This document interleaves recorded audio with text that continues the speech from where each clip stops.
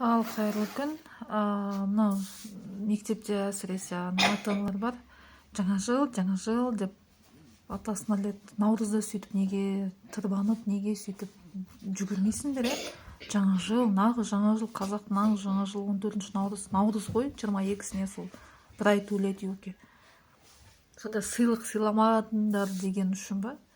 Онда сыйлық ойлап табыңдар наурызға. Неге сонша ішу, қырқу, алқаштардың несін соншама дәріптеп түк түсінбеймін ше. 44 миллион қазір әкімшілік бөліп жатыр Алматы қаласының әкімдігі, сол орыстың жаңағыдай сол несіне ішу дырду, неше түрлі болмайтын жасанды ойыншықтарға 44 миллион наурызға көжеге бөлінсе, тайыз қазанға ет салынып, кәдімгі тары салынып, бидай салынып, сөйтіп халық елге сөйтіп таратса, жоқ, міндетті түрде бұзықшылық, міндетті түрде ішу-тышуға, соны ғана ойлайсыңдар. Одан кейін екіншіден, ол жаңа жыл мейрамы отбасылық мереке.